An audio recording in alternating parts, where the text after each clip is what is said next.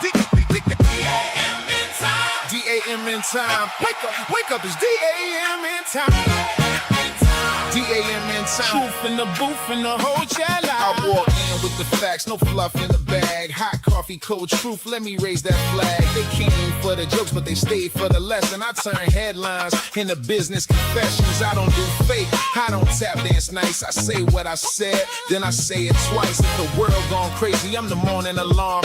With a mic in my hand and some smoke in my palm. Say D.A.M.N. D.A.M.N. Say it one more time. D.A.M.N. If the truth hit hard, let it ride. If the show got value, put some love inside. It's D.A.M.N. time. Everybody say it. D.A.M.N. time. Don't just replay it. D.A.M.N. We live in the chat. If the facts hit home, go and tap that tap. D.A.M.N. time. Hands in the sky, wake up, get smart, let the nonsense die. Tap that tap, drop that love. Shack going crazy when that truth show up. Tap that tap, drop that love. D.A.M.N. in the morning now, turn me up.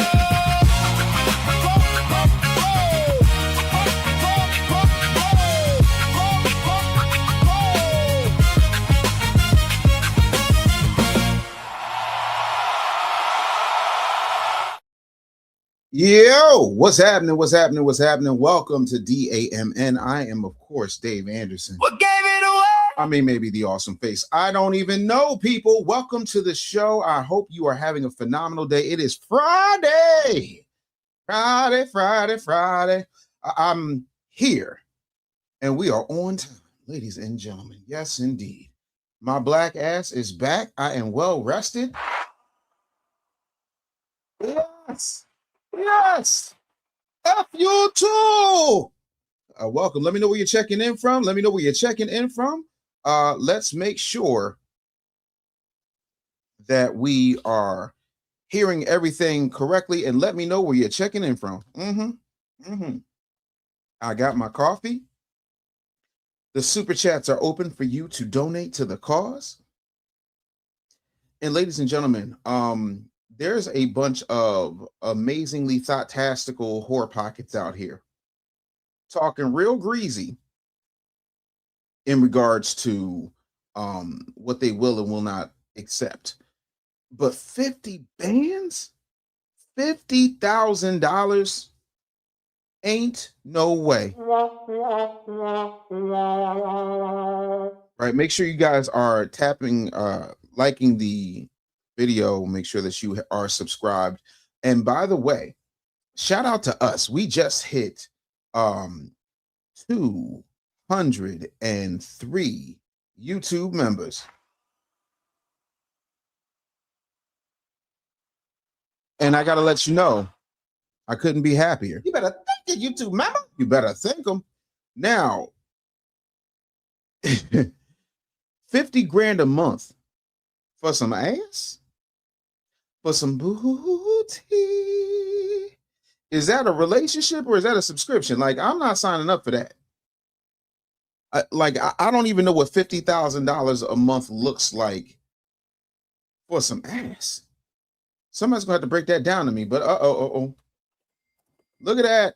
Somebody come look at this. I'll be chill. You better thank your YouTube member. Said, what happened to my sleep? My son took it away.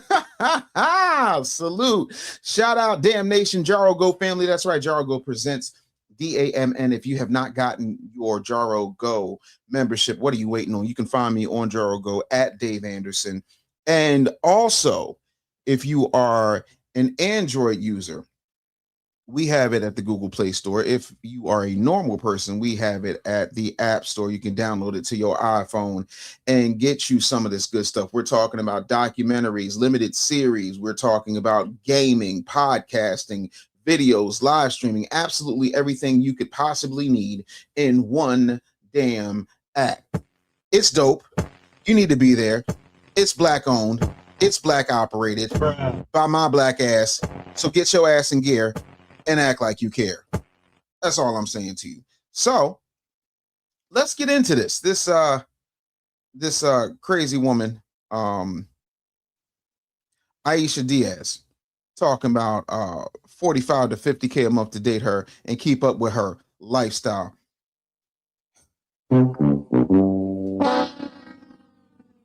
Let's full screen it and roll the clip. Comparison? Yeah. How did this start? What did I miss? Play it. Run it. Honestly, I'm spoiled. No, as soon as they said it's sport, it's going to be a ticket. Go ahead. What's that mean? Just What's that range? because it's good insight. Because we just have these hypothetical conversations all the time. But you're somebody you're like in the top 1% of girls that's actually you're exposed to that life, right? Like so. Yeah. But at least he said What it. is you say you're spoiled? What does that mean? So what does that mean? Spoiled means I need you to be able to keep up with my lifestyle if you want to be with me. What does I'm that not mean? asking you to Ladies, pay take for my notes.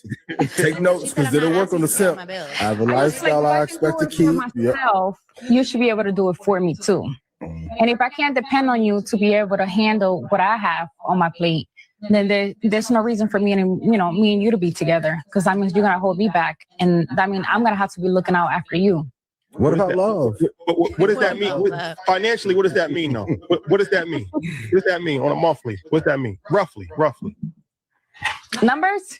Yes. Yeah. Just like numbers. 45, 50. $50,000 a month. So you need $50,000 a month. What is true? I can give you the paperwork right now. No, Listen. I'm not saying that you're not getting it. But hold on. You got a contract? Listen. You sign contract? They sign contracts?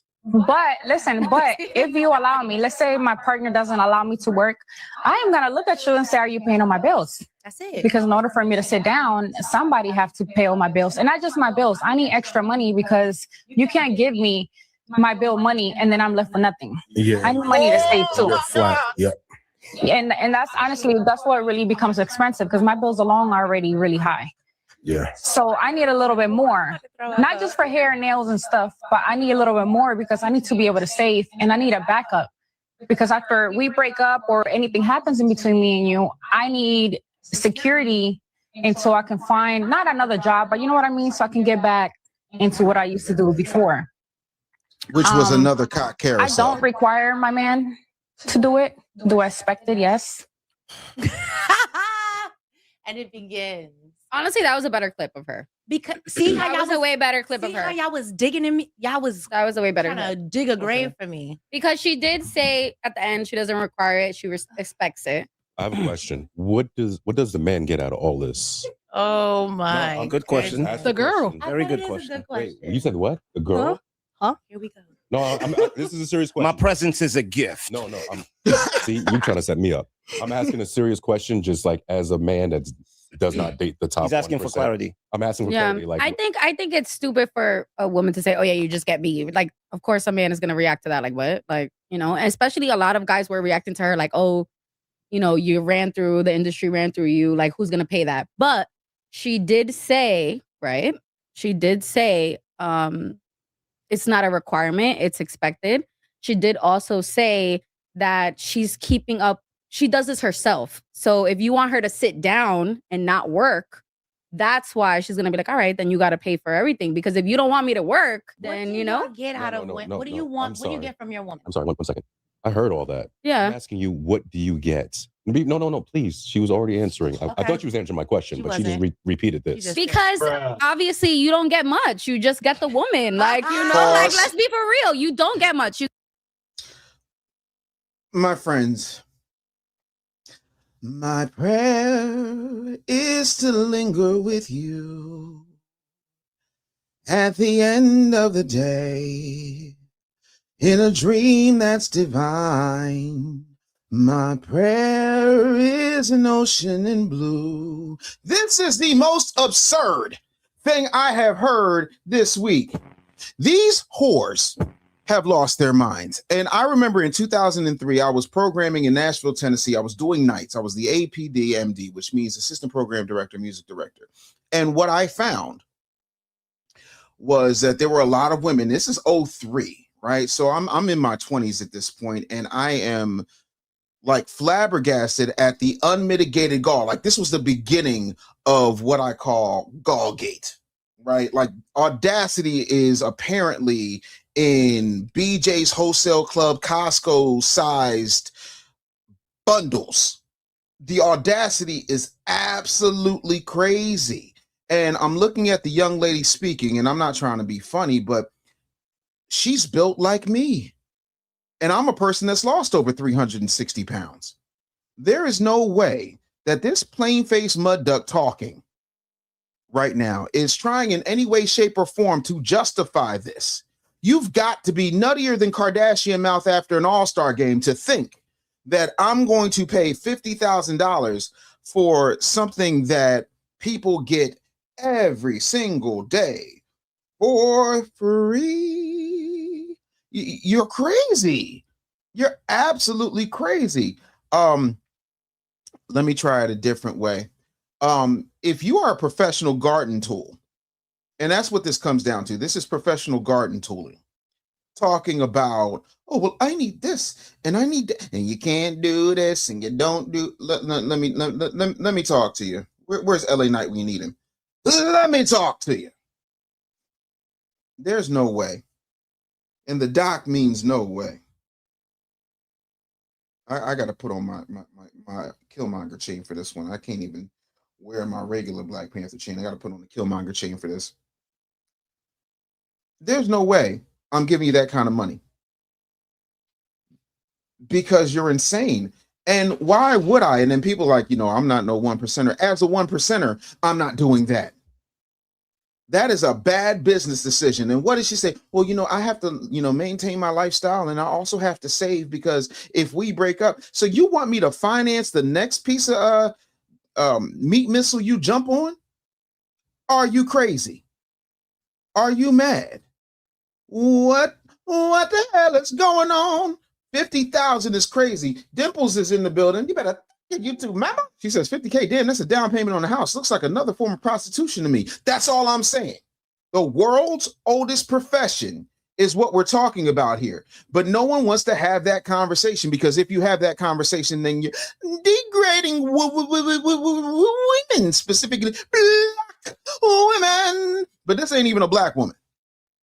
This is a mixed Hispanic who has been led astray, run amok, run down, run over, climbed on, run through, and busted wide open.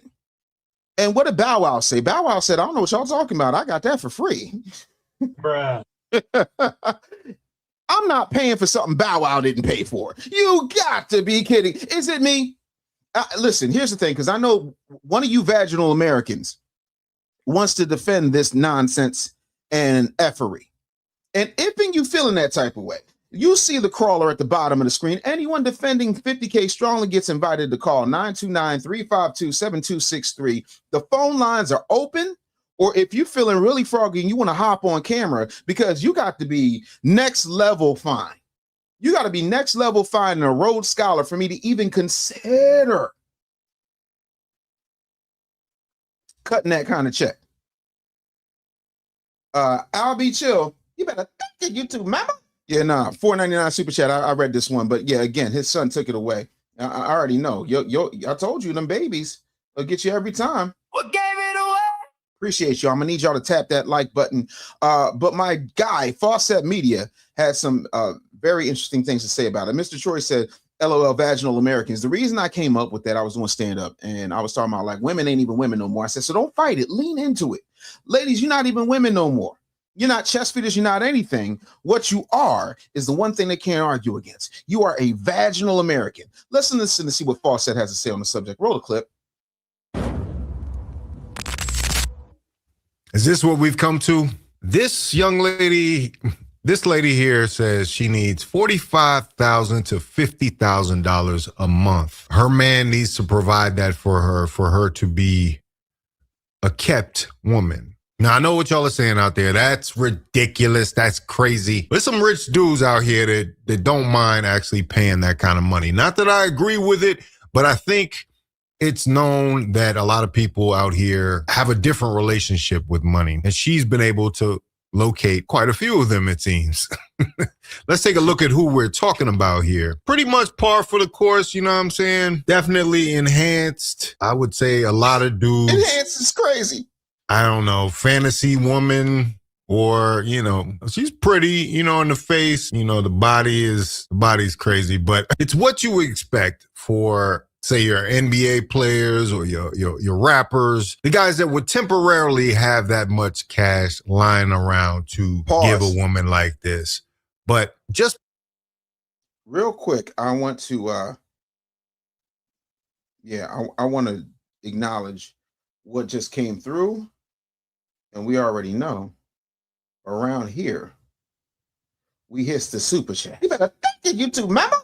All right, looks like we got a super chat from the Iceman, who said they calling him to come back to the streets. Biz Bully, aka DOC, said it was necessary. Details of M was out here very scary. They buck debts and living in the month of February. Hashtag D.A.M.N, hashtag B1, hashtag 305, hashtag cut the check, hashtag TGI. Thank you so much. I appreciate that.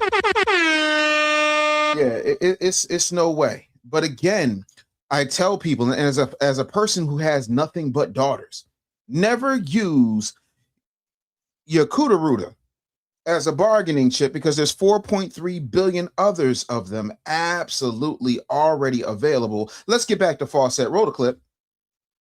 because you can do it doesn't mean it should be done. Oh, and shout out to Ian and Rashad on the Blackout on the Earn Your Leisure YouTube. Honestly, I'm spoiled. And just to let you know, this is a finance podcast. Both of these guys could probably afford the $45,000 to $50,000 to give this woman. And I think that's why she's here. I don't know what your relationship status is now, but what are you expecting on a monthly basis from financially? From him? Yeah. Pause it. Yes, from him. I want y'all to pay very close attention to Rashad, because Rashad is asking what I'd like to call leading questions. And the reason he's asking those questions, and I'm assuming here, I'm going to put on my tinfoil do-rag. Got my tinfoil do-rag right here. Let me get it on now. Let's get it on. Then I'm put my tinfoil do-rag on. I'm conspiring. Yeah. Putting on my tinfoil do-rag because I got a conspiracy. Got a conspiracy, my friends. I think he wants a piece of that. I think he wants to do the horizontal mambo. I think he thinks it ain't tricking if you got it. But truth be told, you're not going to be the only person running up in there. You're not. Roll the clip. Honestly, I'm spoiled. I bet you are. No, as soon as they said it's sports, it's going to be a ticket. Go ahead. What's that mean? Just Look at this what's smile. that mean? Look at this smile. Because it's good insight, because we just have these hypothetical conversations all the time. But just somebody you're like in the top 1% of girls that's actually you're exposed to that life, right? Like, so Pause. What is you say you're spoiled? What is you're in like the top 1% of the girls that's exposed to that life. Let me adjust my microphone because I'm on low key try to shoot my shot. This is what happens when Icarus tries to fly too close to the sun. Bruh, it's I'm gonna give her a good 7.5. I'm gonna give her a good 7.5. He wants that. And this is what I tell people all the time, right? And y'all can say whatever you want to say. You can call me a hater. You can say I'm always defecating on Earn Your Leisure, and I'm not. I just call balls and strikes, right? Your boy likes to be accountable. Your boy likes accountability. I think it's very important. Having said that, I will also say that this is the type of dude that tries to act all hard, but we know he's not. But yeah, he's getting at her number. He wants to pay that ticket. He wants some of that. That's a woman that was never available to him beforehand. Like, let's just keep it a buck. I know lames when I say I know squealers, and this guy, the computer, he's a squealer. Run the clip. What does that mean? Spoil means I need you to be able to keep up with my lifestyle if you want to be with me. What does I'm that not mean? asking you to Ladies, pay take all my notes. Take notes, because it'll work on the simp. I have a I just feel lifestyle like I if I can expect do to it, Ian keep. Dunlap Yep. is like, yeah, whatever. I'm glad he But pointed Rashad that is out. going. This is for the simps only. And I'm tired of people out here trying to redefine what simping is. Let's just be clear about it. Simping is when you are giving out more than she is reciprocating. You are a sucker for this woman, financially, physically, and emotionally, at her beck and call, and she could care less. You see how unemotional she is when she's talking about this? You should be able to do it for me too. And if I can't depend on you to be able to handle what I have on my plate, then there's no reason for me and me and you to be together, because that means you're gonna hold me back, and that means I'm gonna have to be looking out after you.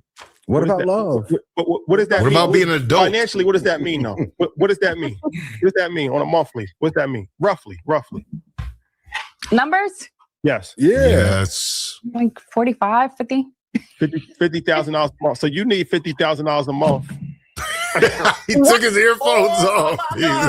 He said, see, that's what I'm saying. Even though they're in the situation that they are, and they investors and they got their stuff together, a man with money don't want to hear that 45, 50,000 shit. I mean, I'm going to be honest with you. I'm surprised she came up there and was that honest about it. She's going to break down some of what that could go into. So you need $50,000 a month. What is true? I can give you the paperwork right now. No, Listen. I'm not saying that you're not getting it. But hold on, you got a contract? Listen. You signed a contract? They signed contracts? But if you allow me, let's say my partner doesn't allow me to work, I am gonna look at you and say, are you paying all my bills? Because in order for me to sit down, somebody have to pay all my bills. And Wait, what? But if you allow me, let's say my partner doesn't allow me to work, I am going to look at you and say, are you paying all my bills? Because in order for me to sit down, somebody have to pay all my bills. And just by a glance at this Instagram, her work is literally all of this. So she's got a shopping thing, her TikTok, her Playboy bunny. I guess she was a Playboy bunny centerfold. Hey, that's actually a bar right there. I'll give her that. She's got an OF, of course, Snapchat. You get the drill. You get the rest, right? She's one of them, right? She's a worker. She's an earner. So basically, she wants you to retire her from all of those hustles to get her to have the privilege of her being in your presence. That's what I'm talking about when I talk about this simping. You know what I mean? Pause. When these people come out here. I'm reminded of that great musical genius, Teddy Riley, when his group Blackstreet said, you gotta pay to play just for shorty bang bang to look your way. Shot likes the way she works it. He's asking leading questions all the time. Wants her to blow his mind. Maybe in time he's going to give her $50K to get that right. Roll clip. And they want to get offended. They're like, no, simping is just taking care of a woman. Simping is purely doing protecting and providing for a woman. Little boys will see you providing for your woman, doing everything for her, and they will call it being a simp. That word comes from a place of straight insecurity. The only reason you're calling me that is because you can't do the same thing I'm doing. Simps. Here's how I eat low carb, high protein meals every day. These are. Let's get that off. Here's the truth of the matter. I am not taking any advice from a high yellow, fresh-faced, no beard, lack of testosterone, beta male simp mangina. Talking about, well, you know, and men are saying this. And let me tell you something. No. Immediately no. Full stop. I'm not doing it. I refuse to do it. It's absolutely ridiculous. Even in the world, if I'm not married,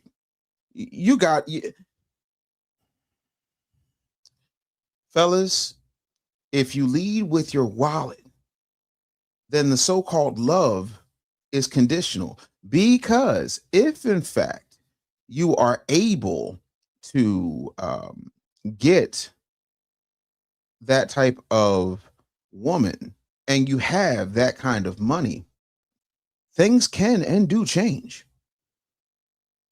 I remember my first $100,000 week. I was like, yo, this is crazy. You know what I didn't do? I ain't buy no women. No. Oh my Yeah, man. Y'all want to see something cool before we go to the next segment? I'll show y'all something cool. I remember sitting down with Carisha in Atlanta. She said, "We're opening degrees." I still don't know what that means, but today I'm about to open a degree. Let's take a look here. I was on the road in Vegas when my degree came. It's big. It's big. A lot of plastic. We killing the environment for education, people. Good God. I'm here to tell you. I'm opening my degree. Let's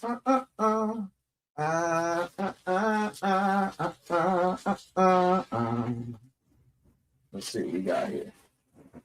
Bear with me. That's it. Look how big this damn thing. Look at this. I gotta get a bigger frame. Look at this. Look at this right here.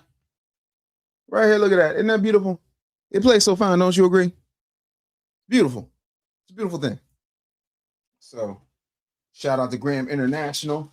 Shout out to that phenomenal foundational Black American educator, our modern day Booker T. Washington, Dr. Frankie Graham. I appreciate you, sir. Thank you for giving me my flowers and then allowing me to complete my program. I definitely appreciate you.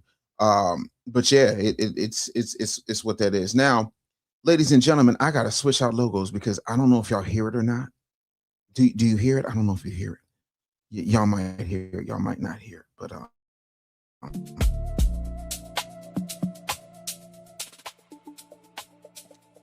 it is time for one FBA. We're talking Godfrey. We're talking Godfrey.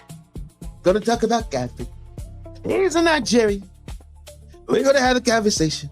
We're gonna pull up the clips. Folks out here. Wait. I gotta stop the music. Wait 1 second, I can't breathe. I'll be chill. I'll be chill. Lord Jesus. You better thank you too, mama. Dr. Richie is slamming his mustache on the ground in disgust. Yeah, his mustache is diabolical. So what we're going to do is, and I tell people all the time, when it comes to Godfrey, the chair is open, the mic is hot. You say you don't know me, but you follow. Name in my mouth, not a truth gon' follow. FBA the target, now respect gotta follow. To the mouth, pull up tomorrow. Listen, we're still here. I've been back and forth with Godfrey's people. Hopefully, maybe next week, maybe week after. We're not sure when it's gonna happen, but I know it's gonna happen. So let's run this very interesting clip of the conversation regarding FBA specificity, aka delineation. I am a big believer in specificity. Now, this is Godfrey talking to Akbar Jabachamila. I think that's how you say it. Y'all know who I'm talking about. That shirt is completely Nigerian. I'm not trying to be stereotypical here, but that is a very Nigerian looking shirt. Let's see what Fawcett has to say on the subject. Roll the clip. The Civil Rights Bill is the reason why our parents got to come over here. Boom. 1964, Lyndon Baines Johnson had to sign that Civil Rights Bill. You know, Martin Luther King is sitting right next to him. Exactly. Yep. So that is the reason why Koreans can come here. Yep. Koreans, Indians, Arabs, Nigerians. It's because of the Civil Rights Bill. Right. It's because of African Americans, foundational background, coming in here, busting their ass, being treated like. I find it funny how there are people out there that will tell Black Americans what their history is. And right now, in the middle of Black History Month, we have a contender for one of the most egregious, but luckily we have Godfrey here to correct the record on FBA and ADOS history, the Negro American history. We need to get some things straight. My father refused. Like, we would have been eligible for welfare. Why, Oh yeah, my like, parents didn't play that. my shit. dad was irritated by the idea. It was like, why would I I can do this on my own. Yeah. I don't need anybody to. And you can see the path that this host Akbar, who's also Nigerian, he's going for the trope of the Black experience being tied somehow to welfare, which nothing could be further from the truth. And it's interesting. Godfrey has to correct him on several things. But it wasn't a sense like I'm better than. It was just this mentality of we have the ability to do it, so why not just go out and do it? And Nigerians' vision of America was like, yo, right, if I get over there, are you kidding? Like, all like immigrants were like, America, look at Ellis Island with the Italians and the Polish, and they were like, we here, bro. We're about to what? Yeah. It was just, that was America, because America pumped itself up like this place of opportunity and freedom. And I think also, and just being like African Americans being, it's part of my culture. I don't care what anybody says. My friends, a lot of my friends are African American playing football. Southern, they're my boys. It's like, nah, you know. And you study American history, and you really study how African Americans have suffered. You go, you know how many African Americans are hardworking? Yep. All about education. Yep. So what are you going to say? W.E.B. Du Bois, who was the first to get a PhD at Harvard, he wasn't working hard? Right. I'm talking about in the early 1900s when they didn't let us have shit. Right. How did he get a PhD at that time? You're talking about Lewis Latimer, who invented the filament for the light bulb. That's the reason why Edison, when they were trying to invent the light bulb, it was all kerosene. So it was exploding. I read the whole book. I read Edison's biography. It was all exploding everywhere. And Lewis Latimer, black dude, apprentice, that filament that you see in the light bulb is a black man that made it. An invention of a black because every February. First of all, and this is sometimes the complicated thing about Godfrey, because Godfrey understands from a book perspective what it means as far as our history goes. And at the same time, to even have this conversation with Akbar completely destroys the argument. He grew up in Crenshaw. Chicago, and he grew up in Crenshaw. Because here's the thing. How do you grow up around so many black people? You absorb so much of the so-called culture, but you don't even know basic stuff. And everybody skips over Booker T. Washington, because I think the problem with Du Bois, and I've always said this, is the talented 10th mindset, because the talented 10th has not done anything worth talking about in my lifetime to move foundational Black Americans forward. The Divine Nine has had well over a century at this point, and what do we have to show for it? Some ski-weeing, some barking, some jumping around, a couple of book drives, maybe one or two credit unions that primarily their people are the ones are using, because they're the only people who know about them. But this is a situation where in this very clip, Godfrey is destroying the argument that somehow, because you're Nigerian and you were born in America, that you're somehow foundational Black American by osmosis. Because if you look not only from a body language perspective, but also just from a lack of knowledge perspective, and I tell people all the time, it does not matter where you are. It matters what happens when you close your doors. And both Godfrey, by his own admission, and Akbar, by his own admission, said they grew up in a Nigerian household, right? Godfrey is going as far as to say, and again, I'm always welcoming any type of challenge to this.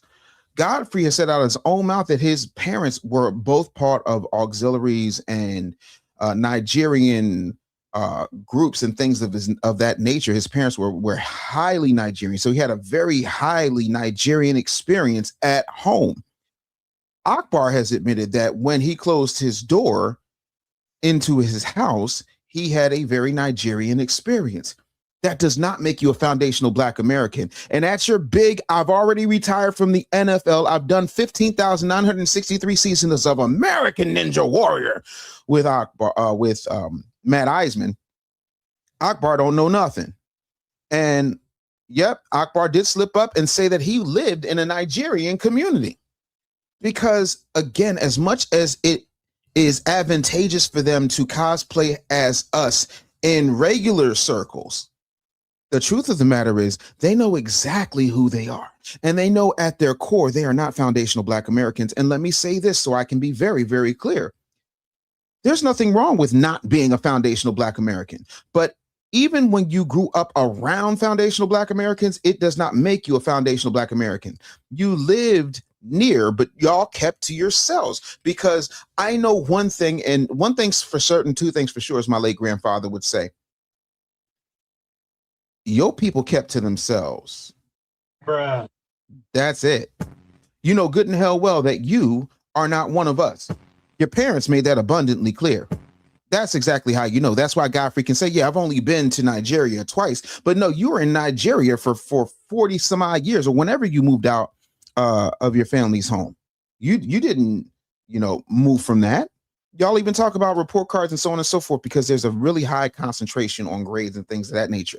Not very different from how we get down, right? And when I say that, I am the nephew of a man who taught at MIT. I am the nephew of a man who was on the team that helped invent the Jumbotron. So if you go to any sporting event and you see a Jumbotron, you have my Uncle Jimmy to partially thank for that. I am the person who is a nephew of another man who was a computer programmer in the late 60s, early 70s. I am the son, grandson, stepson, and father of educators. I, being a college professor myself, am huge on education. So it's not something that, as much as immigrants and their children and their first gen or second gen children would like you to believe, the majority of foundational Black Americans love educating ourselves in and out of the classroom. The difference is we know that nobody gives a rat's ass in the real world as to whether or not you got an A, B, C, or D. They care whether or not you can do the job. And that's why he don't know our history. And it's not the job of a school to teach you. That starts at home, but you have to be willing to listen. And the problem with people like Akbar is they don't get it. Let's roll a clip and we're gonna move to the next thing. It was Latimer. Right. But he was the one that created it. When it was, we appreciate that. We appreciate it, but African Americans have always been hardworking. But no, African Americans. Here comes the switch. But what about low key the hardest working, because we had to work for free for such a very, very long time. Let us not forget that. Let us not forget that. Oh, we never going to let you forget it. Obviously, it should be a mantra that we repeat constantly. It's not to make you feel guilty. It's just to keep score, to actually understand context of how we get to this position here. African Americans have always been hardworking. But no, African Americans have been hardworking, but I don't know. But opportunity. What about the appreciation of the hard work for the immigrants who came to this country and worked hard? Here's the thing is, what? What bothers me, and it takes a lot to bother me, but this is a lot. If I'm tripping, please let me know in the comments. This is a lot. But what about the harder working immigrants? Stop scatting, sir. This is not whataboutism 101 with Dr. Akbar. This is a lesson in foundational Black American history. You should have got like he out here cripping or something. Man, go on. I find it disturbing that they try to disrespect us like this. What about this? It's like, what about this? And then what about that? And you can't do this and you don't. It's not about you. Listen, Akbar, I got something for you. I got a fresh bag of chocolate covered butter biscuits just for you, sir. Chocolate covered butter biscuits for Akbar, because that's butter biscuit talk, sir. Trending right now.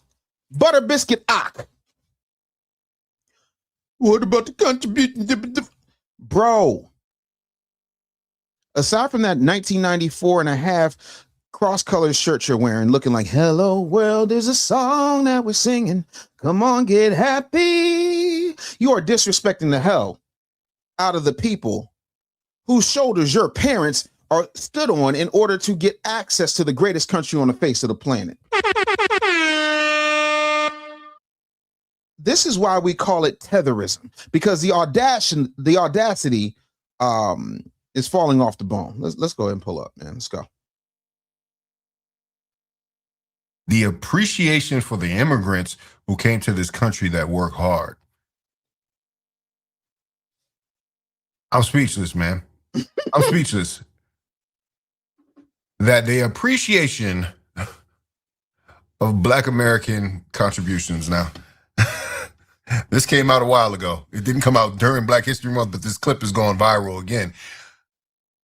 He wants us to show appreciation for people who came here after the fact, after the hard work was put in for hundreds of years. And now we're supposed to show them appreciation. Mind you, this is a people who we've accepted in for a vast majority of our history here. Every time somebody left their shores, they were welcomed here with welcome arms in the Black community. I mean, from Nigerian to Asian to any in between, Hispanic even too. But somehow we're not showing appreciation. I wonder why now. I think it has a lot to do with things that have happened in the past few years, people getting butthurt about delineation. Delineation, a very simple concept, a concept that every other group participates in.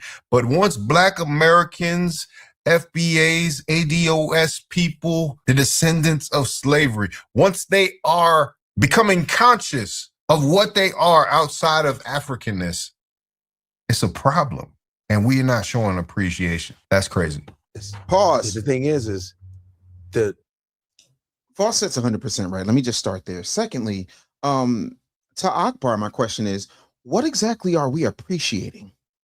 What did the 54 countries in Africa do for foundational Black Americans exclusively and specifically? What huge impact was made? Don't worry, I'm waiting. Anybody in the audience? Anybody? Anybody? Take your time. Anybody got anything? Yeah, so I'm sorry. I'm with Crown Prince on this. Yeah, I always tip the cab driver. Alexis Berry says, so just show appreciation for the cleanup crew. This was already built. So I'm not gonna sit here and say I'm gonna do something that's only gonna benefit Black people. No. Yeah, like it's absolutely crazy. Let's see here. This is Crown Prince. Appreciate you very, very much. You better thank you too, mama. So they had their chance. They failed to impress. Now, back upon the sea from whence they came. Bruh. I cannot. Wow. Yes, indeed. Mr. Troy says delineation. Absolutely, absolutely, absolutely. Yes, indeed. So, yeah, no, he's definitely arguing from an emotional place, because when they're not centered in the conversation, they get upset. And that's the problem with delineation for them, because they are no longer centered in the conversation. But again, I'm always open to anybody who wants to come up here. You can call in. The number is 929-352-7263, aka 929-35 brand, or you can easily pull on up here. The website is www.thediasporawars.com. It's just that simple. It really is just that simple. You can do it right now. But of course, you know, folks don't want that smoke. Folks don't want that smoke with Dave. Now, again, because we are in one FBA right now, and make sure you're downloading Jaro Go while we're at it, and make sure you hit those super chats, click the like button, hit the notification bell, and subscribe. Y'all know that Ghana done decided to go to Howard. I don't know why. But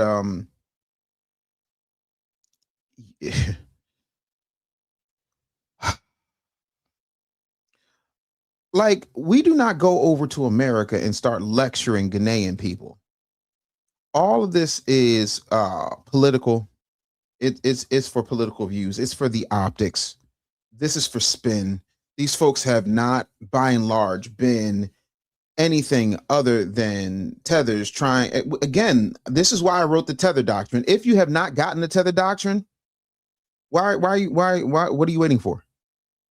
I'm gonna need you to go ahead and get the tether doctrine immediately, because it's important. You know, this to me is probably my quintessential work. You can get it now at link.me/the business bully. They are literally on a tether tour. They're on a tether tour right now, and we're just supposed to be so grateful that they decided to show up. No, immediately no. Get it now, right? All the new songs have been uploaded. We're almost finished with the audio selection.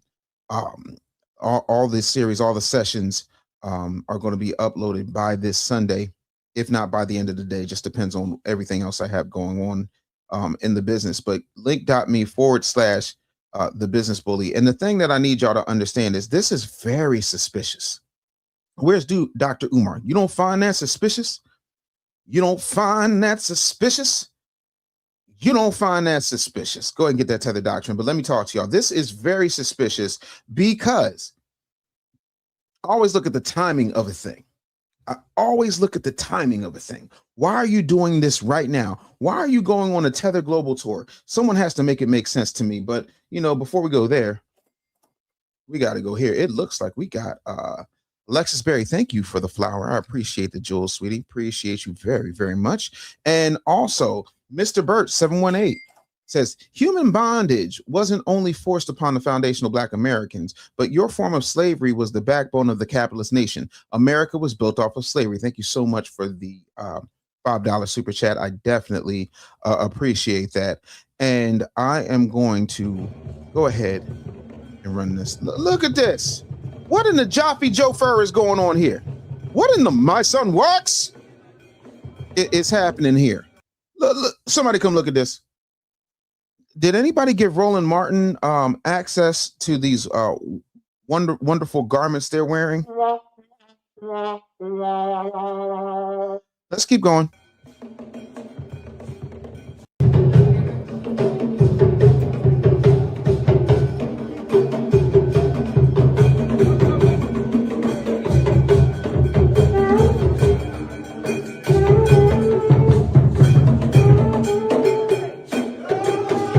The only thing that we're missing right now is some flowers. Where are the rose bearers? Because if these imported big backs are the rose bearers, y'all can keep them.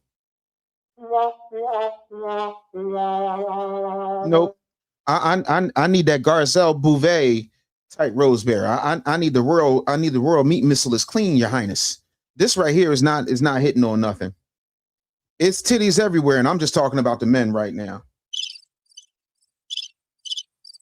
But yeah, they gotta center everything right now.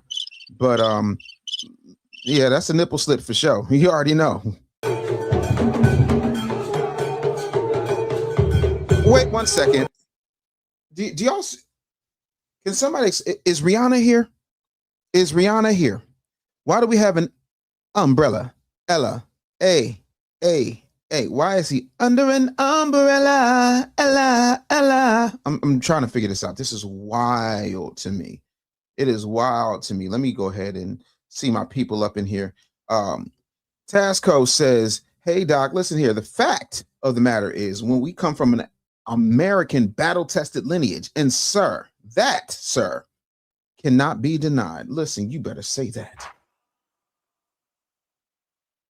I love it when the beautiful Black American queens are speaking foundationally. Flapper Girl says, now we have competition from Africa for reparations. They had a role in slavery. In fact, the Africans need to cut us a check. Damn right they do. I wholeheartedly agree. Kit Cash. Why? Kit Cash. You better think of YouTube, mama. Say, yeah, they're trying to low-key colonize us, but they can't because they are too weak. Yeah, so let's go.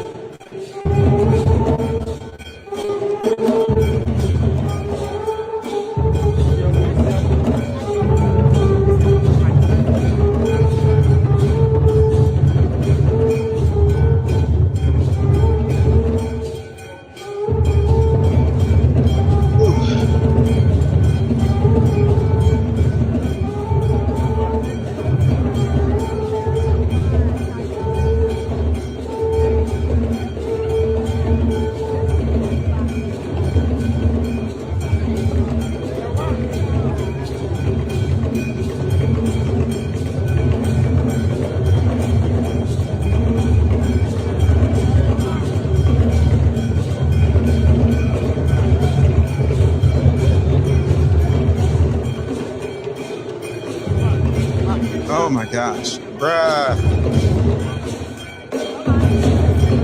No FU2, this is not a skit. They're serious. They're serious. Listen, they are as serious as Bushmeat.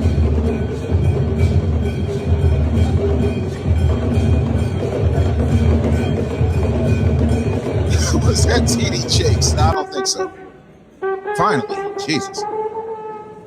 That's the worst trumpet playing I've ever heard.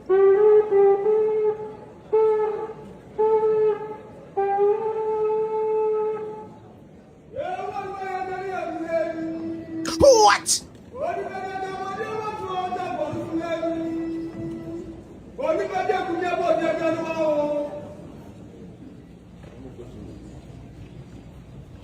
That's what I said, Kit Cash. YouTube, mama. Female's kind of chunky on there. Big back tethers in the house. Big back tethers is great. Loud mouth, big buck. Listen, it just does not fail. I'm not sure if Howard University was behind this, but they definitely have some explaining to do. Where is Dr. Candace Matthews? I'm gonna need you to come up to the front of the class because it's time for leather for the tethers. Yeah, you gonna need this ass whipping. You definitely deserve ass whipping for this. You need Dave Anderson level ass whipping. You don't need them Dr. Umar sweet lashes. No, you need some skin ripping lashes for this.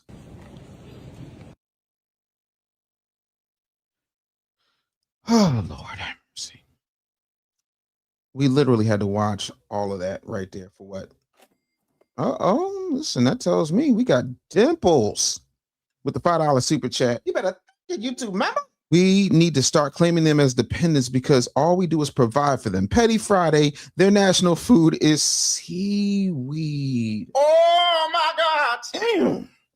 That was stiff there, Dimples. Oh, that was real stiff, but I ain't mad at you because you're not wrong. So my question is, does racial solidarity automatically create shared political standing? I really want an answer to that. Does racial solidarity automatically create shared political standing? Because if and it does, where your ass was at when we was getting then beaten, where your ass was at when we was trying to get believement. Where's y'all at? But as soon as it's time to start cutting the check, here y'all come. Why are you gay? I'm trying to understand how that makes sense. You are gay. Why are you gay? You are gay. Why are you gay? You are gay. Why are you gay? You are gay. You are gay. You are gay. Why are you gay? You are gay. Why are you gay? You are gay. Oh my God. I'm trying to understand. I need somebody to break. Come on, break it down, break it down, break it down. Z-Man. Z-Man said, after the after the show, it's the bushmeat brunch. You better get YouTube, mama. Wild. That was a duck sacrifice, BK. Wow. Grant said, what did I just show up to? We're still trying to figure that out. It's a lot of empty seats in that bit because foundational Black Americans is standing on lineage business and we're not participating with this. Ooh, boy, ooh, boy. What did that tether say? In the hour, the mighty hour, the tether speak tonight. In that hour, the mighty hour, the tether speak tonight. Yeah, so yeah, let's go ahead and unpack this for a minute. I'm trying to understand why they continue to try to do this. Why they continue to try and play in our faces. I do not get it. Uh-oh, looks like we got ourselves a super chat here. Darius Ty 84. You better thank you too, mama. With the $5 super chat said, hell no, it does not. Not one black African country has any political power to represent foundational black Americans. You damn Skippy. So it looks like people, folks are out here. Are you familiar with Reverend Robert Bedford Brown? Are y'all familiar with Reverend Brown? Reverend Robert Bedford Brown. Are y'all familiar with Robert Brown? I just want to know. I need somebody in the chat to tell me if you're familiar with Reverend Brown. Is there anybody in my chat who's familiar with Robert Bedford Brown? Reverend Robert Bedford Brown.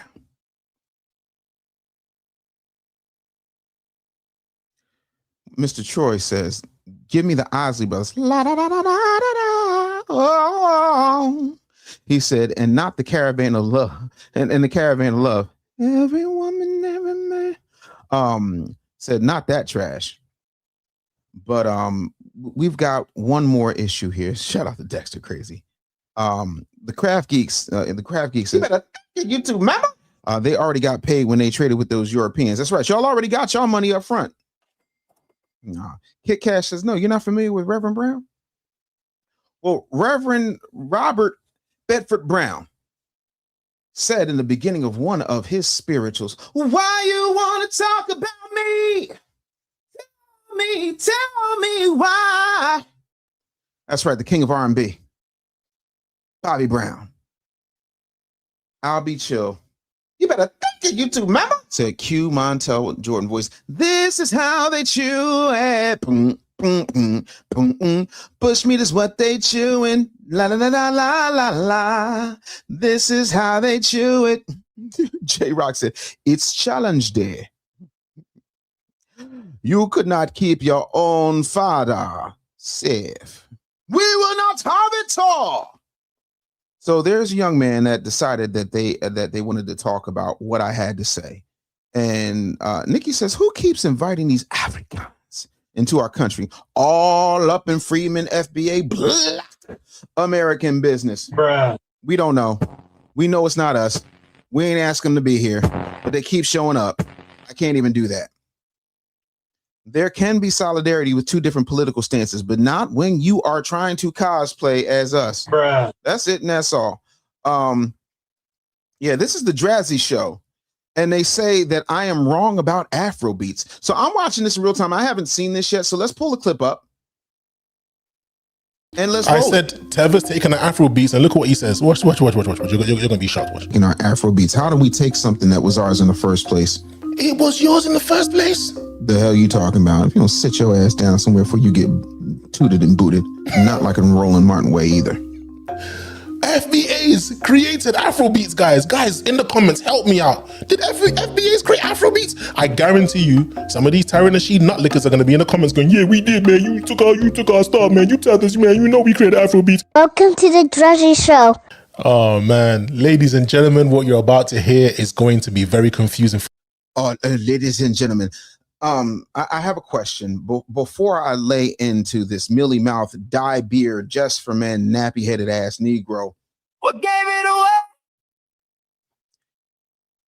I want to pull something up very quickly, and I need to be very clear. When I say something, I said what I said. So let's forget about what Dave Anderson's going to say in this clip. Let's just keep that there. Can we just park that there for a minute? And you know that I'm right. Gregarious said, where do they find those shirts?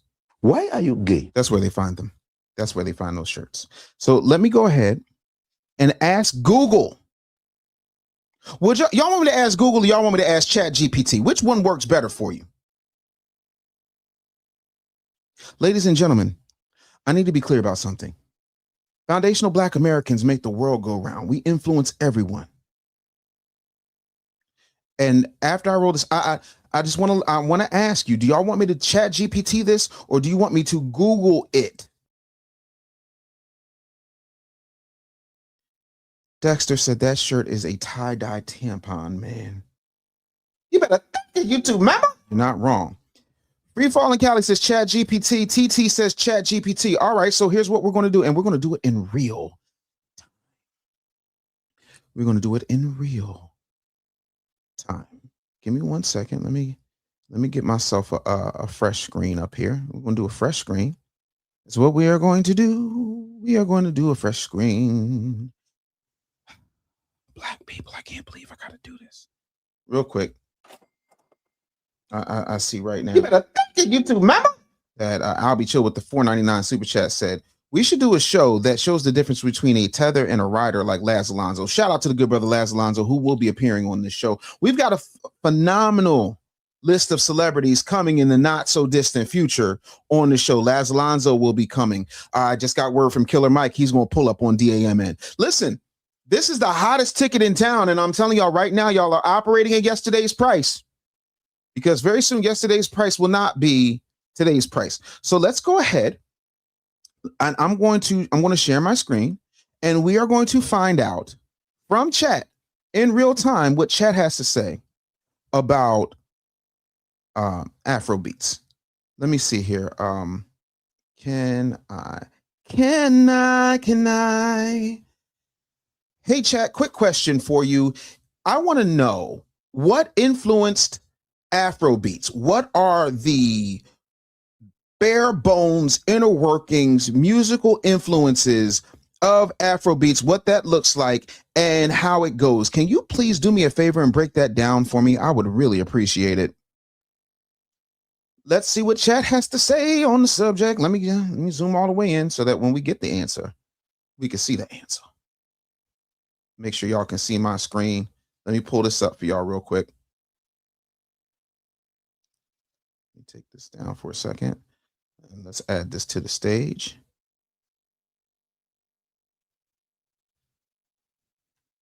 Let me get this off. Chat is thinking. All right, it's still thinking, and what it's saying right now is, I'm going to separate modern Afro beats from Fela Kuti's Afro beat first, because people mash those together and build a whole explanation on a crooked foundation. I'll verify the lineage, then break down the actual musical machinery, rhythm, drums, bass, harmony, melody, vocals, and production. We're still rolling. Searching for so long, searching. Nikki P says, love your haircut, sir. I do appreciate that, Nikki P. Thank you so much. So let's see what chat has to say on the subject. And I read, first, Afro beat and Afro beats are not the same thing. That distinction matters. Afrobeat singular is the genre developed by Fela Kuti and drummer Tony Allen during the 1960s and 70s. It combines West African high life and traditional rhythms with American funk, jazz, soul, and political commentary. Afrobeats, plural, is the broad modern pop movement that emerged primarily from Nigeria and Ghana in the 1990s and 2000s. Afrobeats inherited some DNA from Fela's Afrobeat, but it isn't merely a faster digitally produced version of it. That's like saying hip hop is just funk with somebody talking. There's a relationship, but the family tree has several branches and a few cousins nobody invited to the reunion. Here's how the musical family tree breaks down. Influence: West African traditional music, polyrhythm, syncopation, call and response, percussion, repetition, Ghanaian and Nigerian highlife, interlocking guitars, bright melodies, dance rhythms, juju music, Yoruba percussion, talking drums, cyclical arrangement, Fuji music, aggressive percussion, chant-like vocals, Islamic and Yoruba traditions, Fela Kuti's Afrobeats, groove, horn, funk, bass, repetition, African rhythmic identity. Ghanaian hip life. High life mixed with hip hop, rap, and electronic production. Who's responsible for hip hop, rap, and electronic production? Oh, okay. Let's keep going. Hip hop, drum programming, flows, sampling, swagger. That is also, wait for people, foundational Black American. Let's keep going. R&B, which is rhythm and blues, a foundational Black American folk art form. Smooth singing, romantic songwriting, vocal layering. Dancehall and reggae, vocal cadence, bass weight, rhythmic bounce, patois influence. By the way, everyone who is foundational when it comes to dance hall from Jamaica will tell you that they were influenced by Motown and James Brown and so on and so forth. Foundational in its roots. Soca and Caribbean music, carnival energy, percussion, and melodic movement. Synths, house and electronic music, Black people. 4-on-the-floor elements and club production. Amapiano, log drums, deep bass, atmospheric keys, and slower grooves. Hip life was particularly important in Ghana because it deliberately fused high life with hip hop. That helped establish the cultural production bridge into contemporary Afrobeats. Afropop worldwide history of hip life explains that connection well. So the bare bones musical machinery, the rhythm is the engine. Most Afrobeats is written in 4/4 time, but it doesn't feel like stiff Western 4-count music. Instead of striking everything on 1, 2, 3, and 4, producers place percussion between the major beats. That creates syncopation. Common underlying rhythmic idea is the 3-3-2 pattern. I'm not going to get into all that, but let's keep going here. Kick, drum, snare, so on and so forth. Unlike trap, Afrobeats usually doesn't depend on machine gun hi-hats or enormous kicks. The kick is intentionally sparse. The bass answers the drums. Let's keep going. High life, so on and so forth. Bobbity, bobbity, bop. The harmony is simple in person. Afrobeats can't wait in harmony. Bop, bop, bobbity, bop. The voice separates on separate levels. And so, yeah, so you'll hear Nigerian and Ghanaian English, Pidgin English, Yoruba, Twi, Igbo, Ga, and other languages, vocal ad-libs, call and response, group chats, dance hall style phrasing, hip-hop flows, R&B harmonies. The local accent isn't incidental decoration. It changes the rhythm of the vocal line, so on and so forth. Bop, bop, bop, bop, bop. So let me go down here and ask this. Let me zoom this out just a little bit so that we're not tripping here. So would Afrobeats, if we're being honest, so would Afrobeats exist if it was not for foundational Black Americans, hip hop, R&B, our influence on dance hall and African rhythms, all of the things that have been incorporated in it? Do you have Afrobeats without the influence of major foundational Black American cultural art forms like hip hop, jazz, R&B, so on and so forth? I'm just curious. What do you say? I got time today. I got time, people.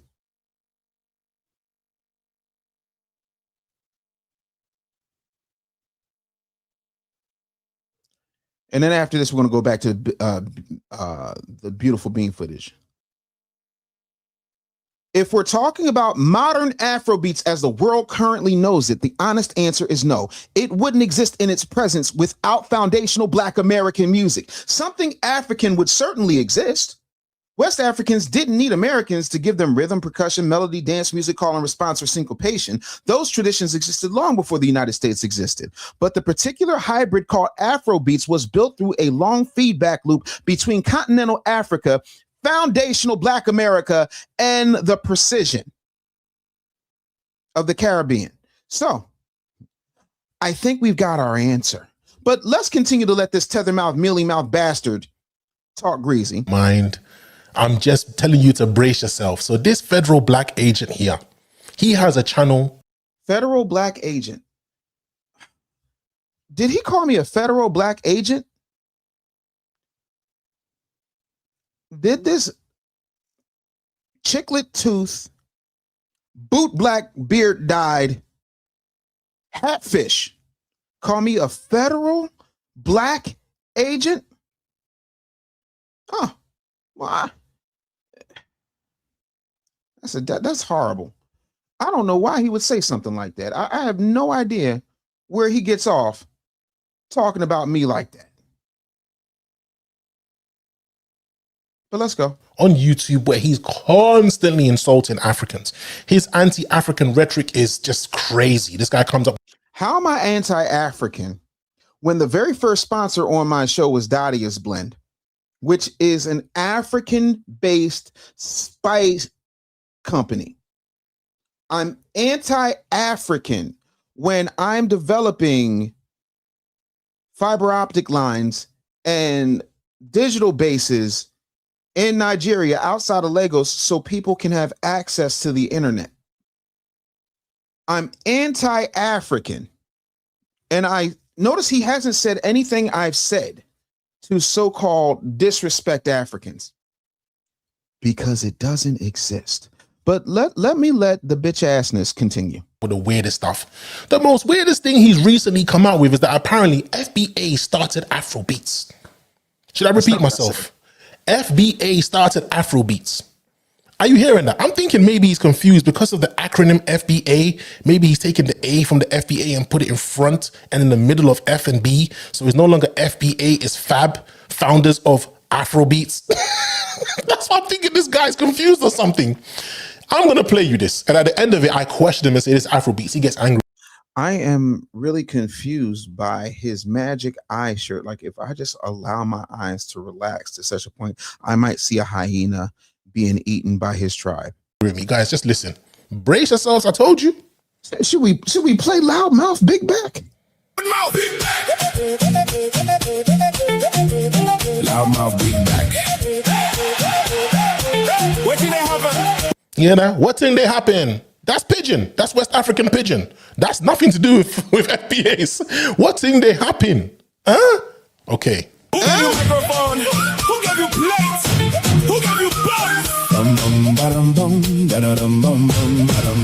Tether mouth. Did you catch that? Tether mouth. Not only are they stealing the sound, they're insulting us as well. The man said, tether mouth. Oh God, these people are funny. When I tell you these guys are angry midgets, that they're down there constantly looking for attention, they just want a hug. That's midget.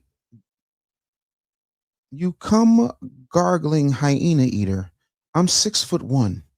I'm a great many things, but I ain't never been a midget. what they want. They just want a hug. They're so messed up in the head. They just want someone to give them a hug so they can feel some kind of belonging. Listen to this. Loudmouth. Talk too much. Still coming for the snack. Loudmouth. Big back. Roll out of noise with a 2-plate attack. Loudmouth. Big back. Why you getting like that? Got opinions on everybody. Yeah, he jamming. He jamming because it's hard.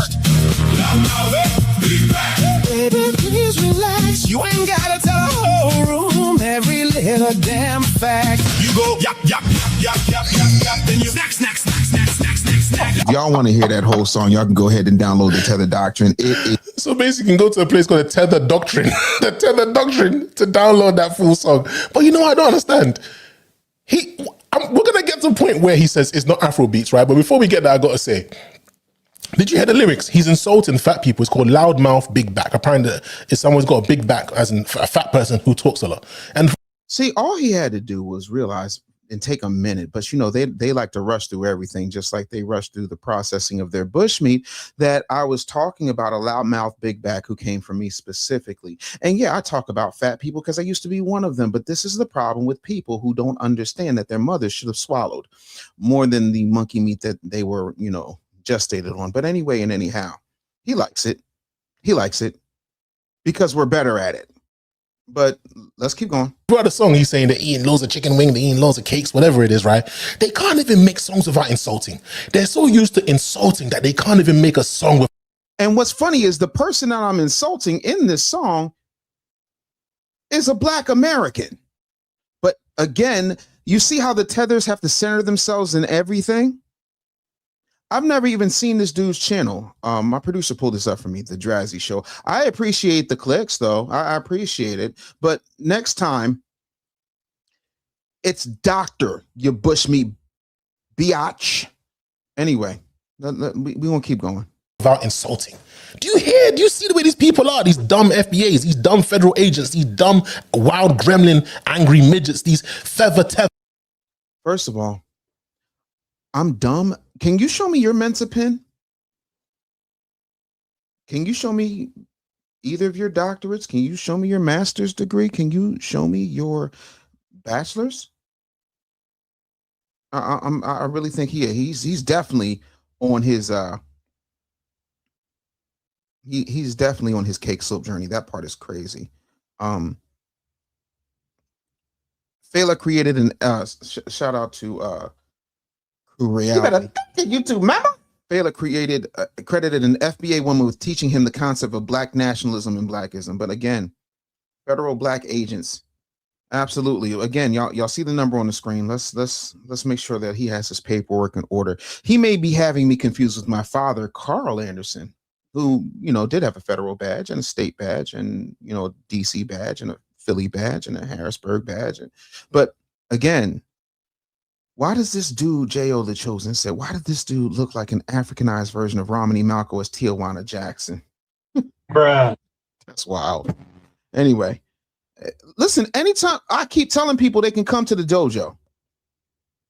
They can come to the dojo, but they don't want to square up, but he want to throw insults. Tell somebody go tag, this masterclass in bitch assness that he's welcome to come on the show and say all this to my face, but we know he won't. Do you see how they think? They can't even write a song without insulting these damn feather tethers. But let's carry on. So I question him. I go in the live and I question him. I'm like, this sounds like Afrobeats. Look what he says. Is available right now. The hell you talking about Afrobeats? No, that is found. I'm the father of Foundation Bounce. Put some respect on my name. It is. I'm the father of Foundation Bounce. So they're calling Afrobeats Foundation Bounce. No, I thought we were meant to be the tethers. You're stealing Afrobeats. I told you people, they are feather tethers. Now they're Afro tethers. Now they're Afro. So here's the gag, right? If Afrobeats was so goddamn dope, how come it just got dropped as a category on the VMAs? Afrobeat tethers. I told you at the beginning, they're mixing up the acronyms. The A and the B and the FBA, they think the A and the B means Afrobeats. Fab. Fab. Founders of Afrobeats, aka the foundational Black Americans. Guys, are you witnessing this? Is this an alternate reality where I'm all alone on this? Can you guys, is this real, guys? Am I real? Is this song real? I swear to God, these people are funny. Not Afrobeats. Yes, it is. It is Foundation Bounce. It's not Foundation. I don't have an afro. Look at the stupidity. See, he's correlating Afrobeats with having an afro. I don't have an afro. So you have to have an afro to This is the problem with stupid people. They don't even realize that I'm using humor. I do know the difference between an afro hairstyle and the colloquialism of afro to anything. And this is what happens when you get beat up all your life. And of course, this is a person that literally is doing some stuff we used to do in the 90s. We would keep the sticker on our hats to show that it wasn't an old hat. But he went out to rush order tees and got himself a hat and felt really good about himself and just making up stuff. But again, I'm here anytime you want it. Anytime you want it. Bring it. I'm with it. I want all the smoke. But in case y'all forgot, there it is. Like, stop. Exactly. Mama said a hit dog will always holler. You ain't lying. Like, why I gotta put up with this? Keish, why are these people talking to me crazy? Why are they talking to me crazy? Look. Somebody come look at this. Okay, Africa says the MTV VMAs discontinued the Best Afrobeats category for the 2026 award. The category was introduced in 2023 with Rema and Selena Gomez's Calm Down remix, taking home the first ever award. Y'all couldn't even do it without a white woman. Tyler then won back-to-back in 2024 with Water and then Push to Start respectively. What do you think about the category being dropped? I don't. We got Foundation Bounce. We good over here. And that is the problem. Bunch of ticklish tethers. This is the problem. But if ever this Dreezy bitch wants to pull up, y'all can show him the link. And that's just what it is, And so, again, we got one more clip we're going to show you real quick. We're gonna start rolling some facts. Influenced by American culture, and the reason for that is because we had early access, I believe, in Nigeria, to satellite TV. So we were able to watch, you know, MTV. We literally like saw UMTV raps start. We caught on to hip hop very early, and then we also saw the growth of hip hop. And I feel like that was one of the things that I was fascinated by, was the fact that you could see it kind of grow from its early, you know, Run DMC, the KRS-One, to A Tribe Called Quest, to the Snoop Dogg, Dogg Pound era. You know what I mean? So we literally saw that progression. So the hip hop culture was something that we were already living. You know, we were wearing the baggies, we wore the Timberlands, we wore our hats back. For me, it was really more about like behind the scenes production, creation, just in general. There's a part of the story that I need to tell. I went to a school called Essence International School in Kaduna, and Essence International was as American as it could be. And I met KB, who ended up being part of Tribesmen at Essence International. He also went to Essence International. So I thought that, you know what, if we could create something that blended both together in a way that was unique to our experience, it would be amazing. And then we graduated from Essence International, and then I moved to Lagos, which for me was a life-changing experience. It was a completely different reality in Lagos than it was in Kaduna. And the only other person that ended up in that place with me was KB. Not only did we end up in Lagos together, we ended up at the same university, and then we ended up in the same dorm, and we happened to be in the same hallway. So KB and I would get together, and we would continue to write and rap and record, and write and rap and record, and everyone in our hallway knew, oh, those are those little rapper guys. Because of that, people started saying, oh, you know what, I know one other guy. Oh, I know this other guy. So I met Swave, and then Swave told us about Rugged Man, and said, oh, I know this other guy who raps as well. His name's Rugged Man. Doesn't live too far away from the campus. I should invite him, whatever. And I think there was a movie producer that decided they wanted to make a soundtrack, which was unheard of. And Swave happened to know that lady, and he did the soundtrack. So he featured Rugged Man and Freestyle. And then I heard Freestyle Spark. I was like, what? Who the hell is that? You make music not just for you, but for the listener. So for me, it's like, okay, I love hip hop. I love playing with words, stringing words together and whatnot. But I also love pidgin English. So eventually, long story short, we meet Freestyle. Freestyle comes over, we exchange, we play some music, he plays some music, and I'm like, man, you're dope. Oh, you're dope. Let's make some demos. Let's get together, just vibe and see if we can create something. So we went to a couple of DJs. Fresh Waves, I think, was one of the places we used to go to. Jimmy Jat was one of the. Actually, Jimmy Jat was like a big part of this whole thing. We got Jimmy Jat up in here. Hey. He's camera shy. We would go to his record store in Obalende, and he would just give us instrumentals, and we would want to pay, and he would say no. LD especially had always been experimenting with Fela's sound and rap, and he was doing that long before Tribesmen. Junior and Pretty had done this one big Pidgin English record. I was fascinated by Pidgin. I didn't even know how to speak Pidgin at the time, because I lived in the north, and we did really speak Pidgin in the north. I love speaking Pidgin English. I love being able to relate to the people, in that lingo, that strict lingo. So for me, it just seemed like the perfect blend. Why not do your hip hop, but with the indigenous angle? Instead of rapping like Americans, what if we did this in Pidgin? Make the beats like hip hop, but let's do it in Pidgin. Let's, instead of rapping like Americans, let's make the beats hip hop, but let's rap in Pidgin. 1999, to be honest, I wasn't listening to Nigerian music per se. The average Nigerian, with the level of enlightenment that, we all had, we loved what was going on in the US. We knew all the rap songs from the US. Dr. Dre, Snoop Dogg, that was when they were doing the Dogg Pound album. that's the kind of music we were really listening to at that time. The kind of music I was listening to at the time was a lot of dancehall, a lot of R&B, a lot of hip hop. You know, R. Kelly, Supercats, Shabba Ranks, and music was always changing and music was spreading at that time. So for me, I was always soaking up any kind of music that was good. Somebody was saying something.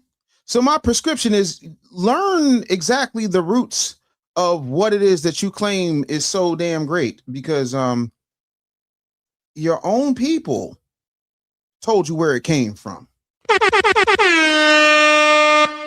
But if you want to smoke, I just have a question regarding your shirt. Why are you gay? And you said, you are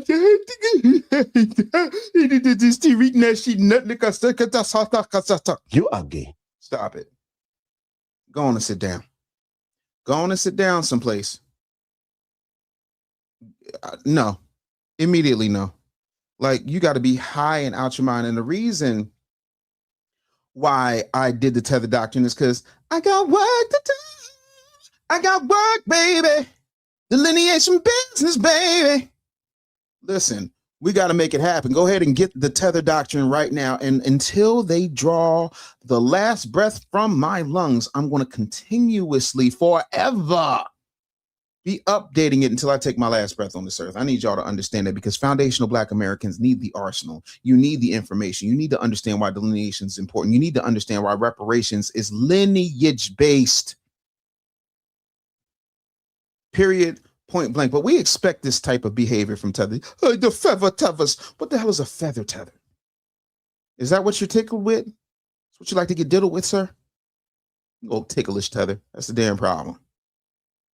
But again, Thomas over here counting the likes. He said, we're missing 53 likes. I'm going to need y'all to get them up. Get them likes up. I'm going to need y'all to get the super chats up. Oh, we having a conversation today. I don't have time for these bushmeat eating, tap dancing, smiling ass, shoe polish, painted beard coons talking crazy. Darius says, I'm having a barbecue and Tethermouth will be in the rotation. I ain't mad at it. Do me a favor. When you run it, make sure that you tape the barbecue, because I want to see people grooving to Tethermouth. I'm gonna need y'all. I'm gonna need you to send me that beautiful bean footage when you have that Tethermouth in rotation at the barbecue. Yeah, no, it's not Afrobeats. It's Foundation Bounce. I know what the hell I made. It's always one. You say you don't know me, but you follow. Name in my mouth, now the truth gon' follow. That couldn't even be insulting. I was insulting a foundational Black American, Big Bad. But you jumped in the conversation. And wasn't nobody even talking about you. I don't even know you, sir. Like, my producer had to remind me of your name. Which is Drazy, Dripple, Bushmeat. I don't know what his name is. Oh, Feather Tether sounds like folks that pretend to be Native American, like Elizabeth Warren. Like Pocahontas. Pocahontas. And that's what I be talking about. Walk in the room with the borrowed sauce. Smile real hard like you paid the cost. Exactly. Yeah. Too polished up, too eager, too quick. Like, that's what y'all are. You can dress the thing up all night. You can rehearse that grin just right. But when the masks fall down and the words come out, everybody turn and shout. All right. Let's talk about the fake healthcare. All right, we got some fake healthcare we want to address, so we're gonna move on to that. I've given that tether too much of my time. He ought to feel special, because you are gay. Absolutely, and thank you, FU2. I'm glad you said the thing. The lyrics are the truth. So we're gonna go ahead and get this healthcare thing up. Let's talk about it. Let's go ahead and roll this clip. Real quick, y'all. First of all, I just want to say how proud I am of my friend, right? I have witnessed her, y'all, like, go through one of the most challenging, one of the hardest healthcare programs. She is in PA school right now. She's about to graduate in what? Like, literally 2 weeks. 2 weeks. Yeah. And about to get her big girl job. Like, life is moving so fast for her, but in the best way. Like, yeah.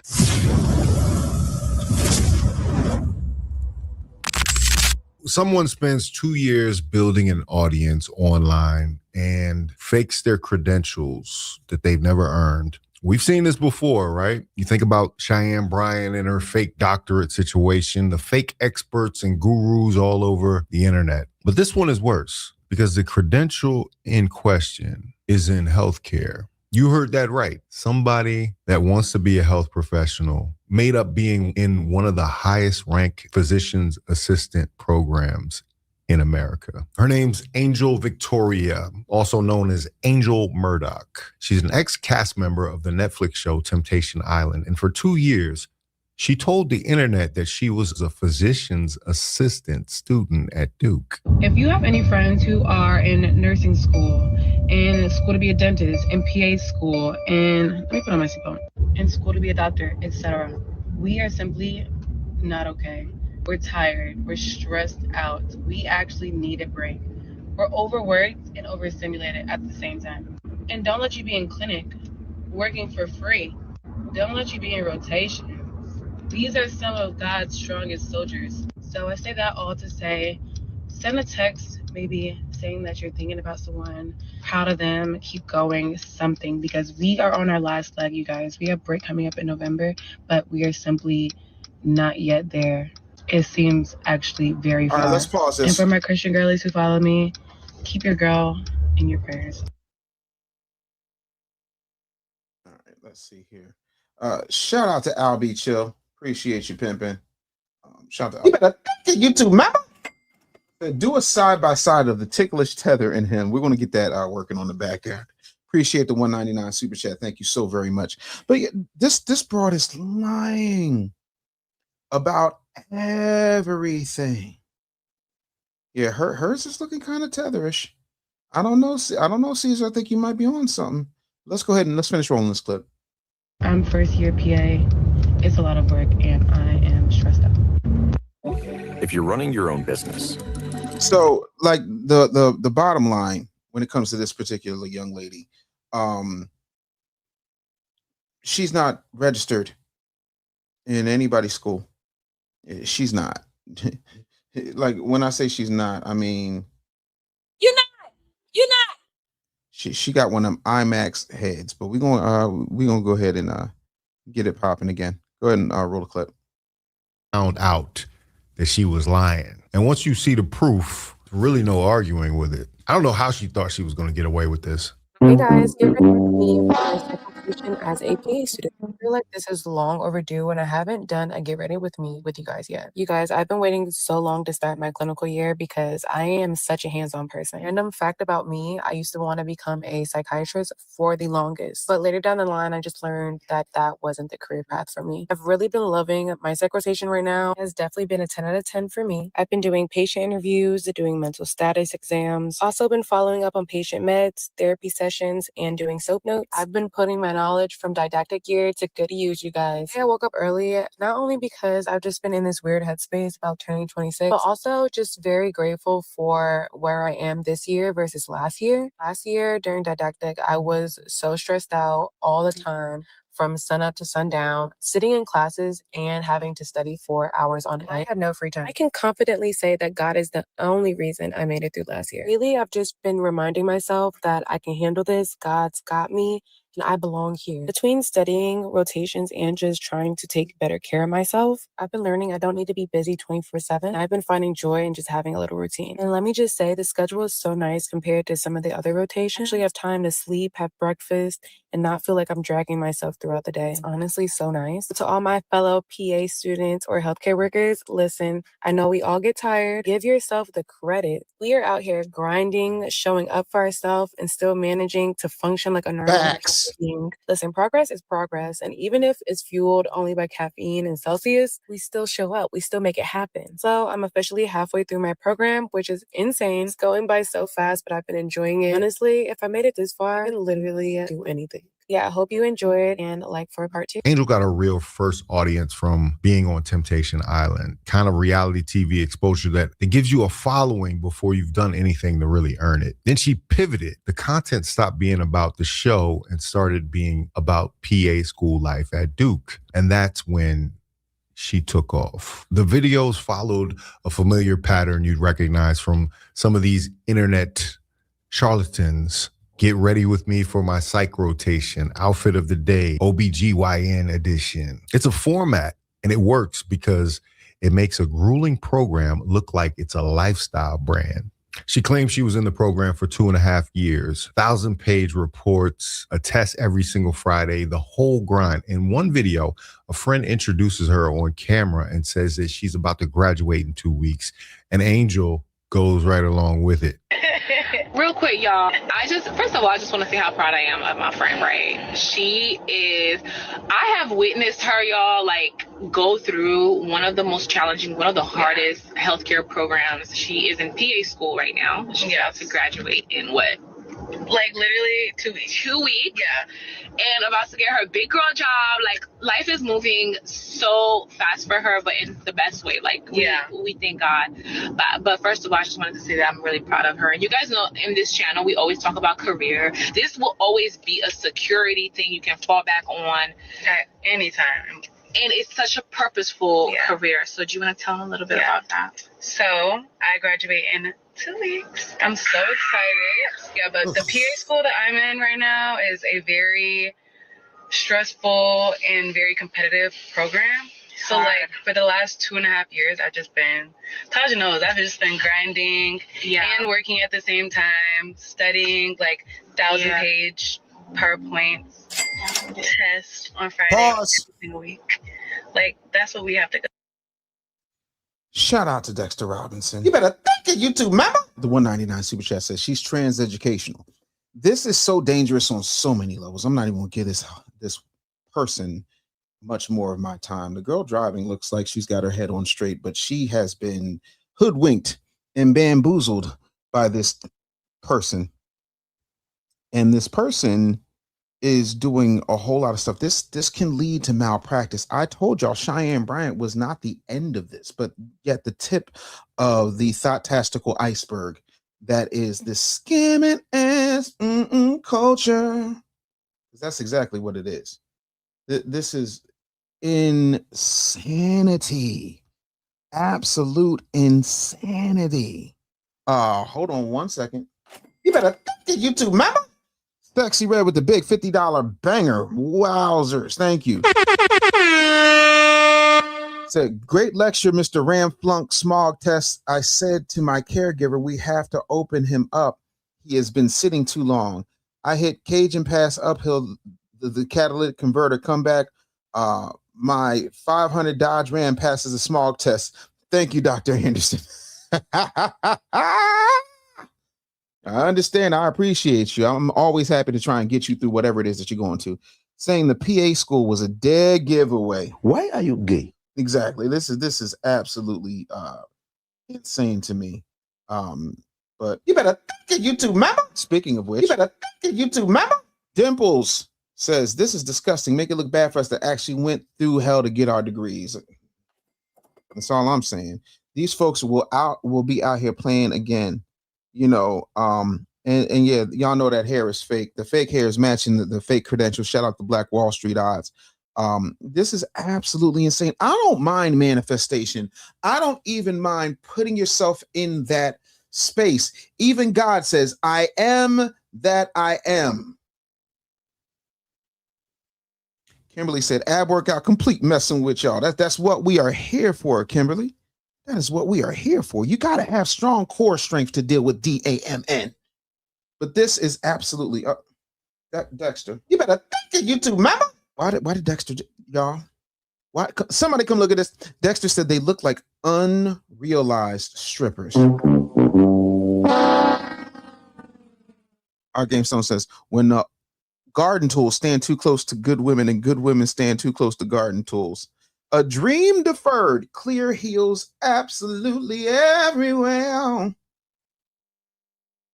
Absolutely everywhere. So again, it's wild to me. I don't even understand how this continued to happen. But ladies and gentlemen, it's time for us to talk geeky. it's time for us to talk nerdy. And of course, you know, tonight at 8 p.m. Eastern Standard Time, we are going to be doing Nerd Talk. That's right. I got a lot of things to say. I'm not trying to be funny and I'm not trying to toot my own horn, but beep, beep, toot, toot. Were you not impressed by 561-pound me predicting the fact that Robert Downey Jr. is the biggest big bad in the MCU? I just wanted to put that out there. We got a lot of nerdy stuff to talk about. First thing that I want to talk about is He-Man. I'm going to talk about He-Man. So we're going to have a conversation about He-Man. And again, RIP to Peter Cullen, a.k.a. Optimus Prime. You know. Yep. Absolutely. Absolutely. Z-Man said, don't even have to guess where we picked up the scam culture from. You better think YouTube, mama. You ain't never lied. They are super scammers. But let's go ahead and let's roll this clip. Came with swords, secret identities, skeleton-faced villains, and enough plastic muscle to make your toy box look like a tiny bodybuilding convention? That was He-Man and the Masters of the Universe, the Filmation cartoon that took Mattel's action figures and turned them into an 80s pop culture thunderbolt. Premiering in syndication in September 1983, the show gave us Prince Adam, Cringer, Teela, Man-at-Arms, Orko, Battle-Cat, and of course, Skeletor, who somehow never figured out that the muscle-bound hero kept showing up every time Prince Adam happened to wander off. The series ran for 2 seasons and 130 episodes, airing weekday afternoons Monday through Friday. More than enough time for kids everywhere to come home from school, drop the backpack, and shout, "By the power of Grayskull!" while swinging a wrapping paper tube around the living room and terrifying the family dog. But behind the bright colors and heroic speeches was a surprisingly bizarre production history. Censorship workarounds, recycled animation, lawsuits, and some of the cheapest shortcuts in TV history. Today we're heading back to Eternia for 15 weird facts you didn't know about He-Man and the Masters of the Universe. Stick around for number 1 because it completely changed. Attention retirees. Let's pull that down. I'm going to say this to you. There's a lot of stuff that people don't realize. And I was mad because this really horrible kid actually won the Skull Mountain playset when I was in elementary school. He won it. And I was very upset about that because he was not a good person. But yeah, no, He-Man to me is top tier. Is it Transformers? No. Is it G.I. Joe? No. But I absolutely loved He-Man and the Masters of the Universe, and not for nothing, you know, Teela was slim thick. I just putting out a point here. Anywho and anyhow, let's go ahead and roll the clip. Back to Eternia for 15 weird facts you didn't know about He-Man and the Masters of the Universe. Stick around for number 1 because it completely changes how you look at every fight scene we watched as kids. Before we get started, though, hit like and subscribe to Remember When for more deep dives into the shows, toys, and after-school chaos we grew up with. And share this video with a friend who still thinks Skeletor. Real quick, there's a couple of questions that we need to address up in here. The first one is, what was the name of Battle-Cat before turning into Battle-Cat? Cringer. His name was Cringer. He was very cringy. Gregarious, did He-Man and She-Ra ever hook up? No, they're brother and sister. That would be great. That would be crazy. Z-Man Pro. You better think it, YouTube, mama. Tear the scam. Oh, scam. Tear the scam for me. Eh? Wow, that's hilarious. Yeah, no, I am I'm still and thank you guys for bearing with me because I'm still recovering from that Vegas trip. When I had to go out there and do the Lord's work, start watching, folks. Yeah, but the original He-Man was fire. But yeah, let's watch a little bit more of this. We got a lot of nerdy stuff to get to today. Let's go. Or had the best laugh in cartoon history. Now let's get down to the countdown. Number 15. He-Man exists because Conan was too violent. Back in 1981, Mattel signed a licensing deal to make Conan the Barbarian toys tied to the upcoming Arnold Schwarzenegger movie. Made sense at the time. Giant muscles, swords, monsters. Kids were going to lose their minds over a Conan action figure. Then the movie came out, and somewhere in a Mattel boardroom, executives watched heads roll and blood spray as Conan set personal bests in decapitation, and quietly realized this might not be the perfect lead-in to a Saturday morning toy commercial. So Mattel walked away from the Conan deal and pivoted to a fantasy warrior concept their design team had already been kicking around for a while. Toy designer Roger Sweet pitched the figure. Mark Taylor drew him up, borrowing heavily from Frank Frazetta's fantasy paintings, and the result was a massive blonde warrior with no last name and no R-rated body count. One of the biggest children's franchises of the 80s got its final shape because Conan was too hardcore for the toy aisle. Number 14. The cartoon was made to sell toys and change TV forever. These days, cartoons built around toy lines feel completely normal. Transformers, Ninja Turtles, Pokemon. That's just how kids' TV works. But in the early 80s, the idea was genuinely controversial. Before He-Man, parent groups and regulators kept warning about program-length commercials, shows that existed mostly to push merchandise at kids. Then Reagan-era deregulation at the FCC quietly loosened the rules. Filmation and Mattel jumped right through the open door with a brand new model. Build a cartoon around a toy line and let the two sell each other. It worked. Across the toy line's peak run from 1982 to 1986, Masters of the Universe pulled in over $1.2 billion in worldwide sales, with U.S. sales alone hitting $400 million in 1986 before the whole thing collapsed almost overnight the following year. Toys, lunchboxes, pajamas, coloring books, Halloween costumes. If you could slap He-Man's face on it, somebody bought it. Without He-Man, there's probably no Transformers, no Thundercats, and no half the shows Gen X grew up inhaling cereal to. Number 13.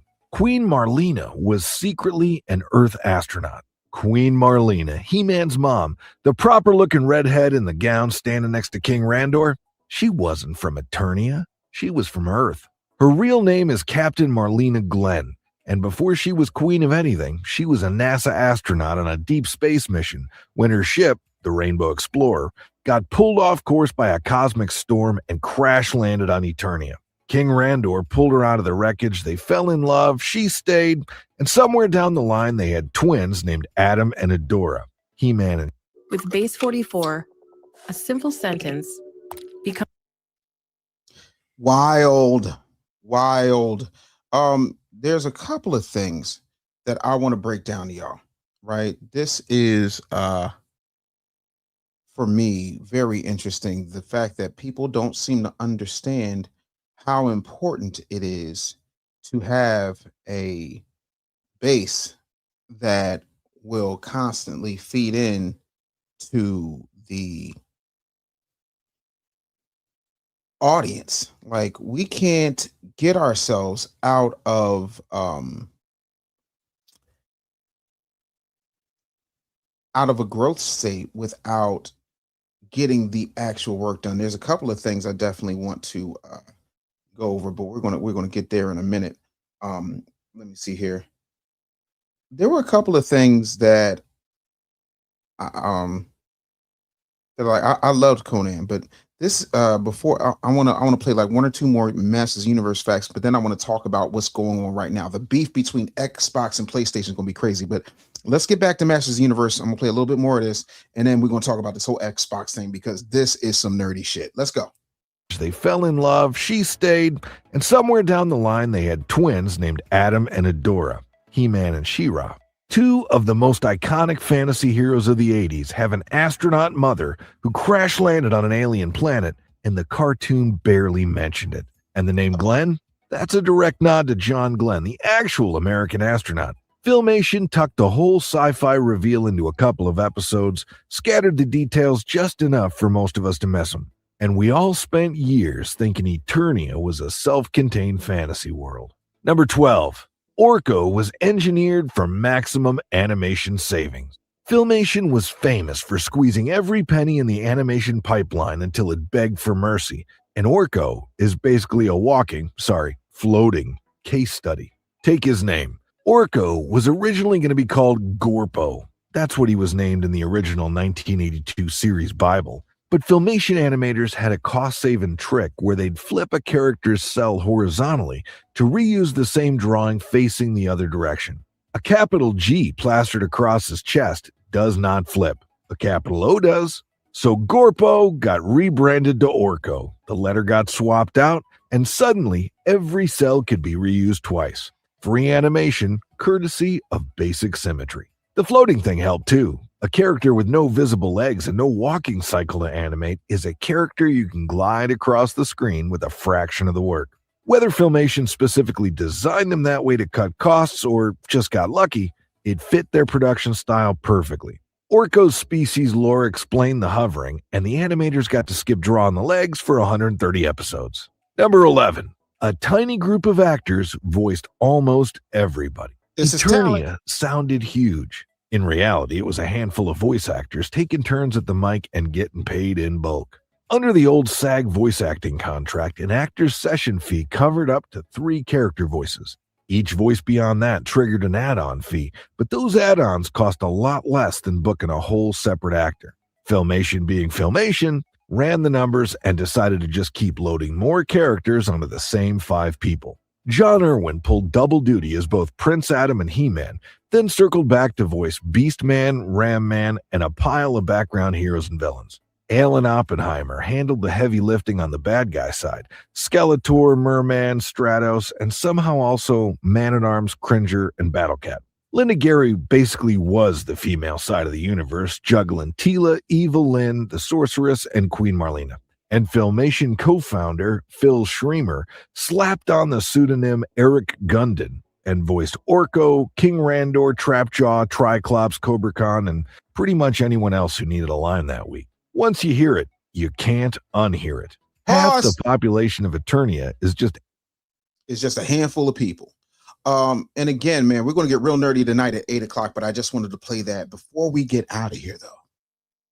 This is why, and people get mad at me all the time, and don't get me wrong, I have a bunch of digital media. The Tether Doctrine is like that because I want to continuously update it, but I've got the Real Black Agenda, I've got Sell Like Jesus, I've got 20 plus other books.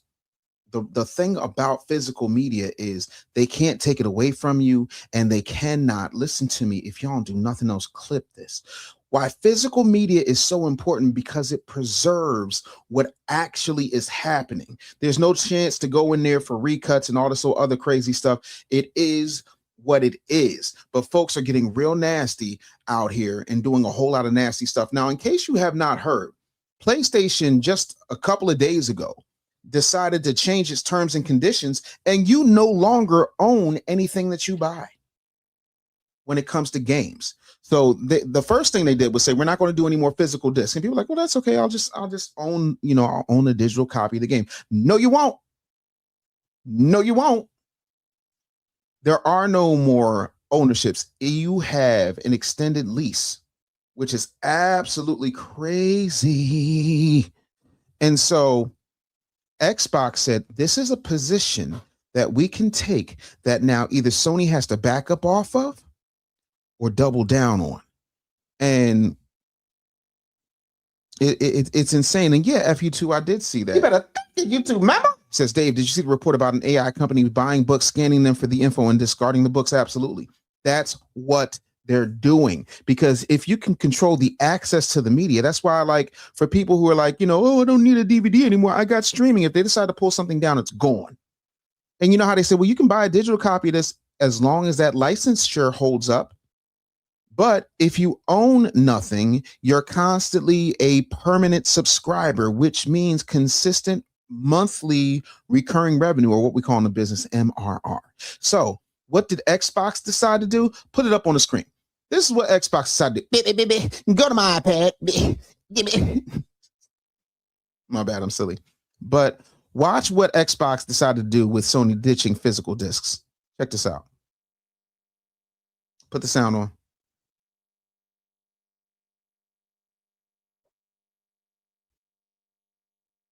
Sound ain't guessing ain't that important. But yeah, your discs are also now digital. So what's going to happen is, let's say you got a disc from Xbox. You can upload it into your Xbox, right? And you'll get a digital copy. right? So it'll do that. But let's say you sell that disc to somebody else, they will be able to they'll be able to still have a copy of that license, which means it doesn't just stay with one person. It goes with the disc, and that's why it says disc now unlock digital copies. And it goes on to say that and this is extremely important.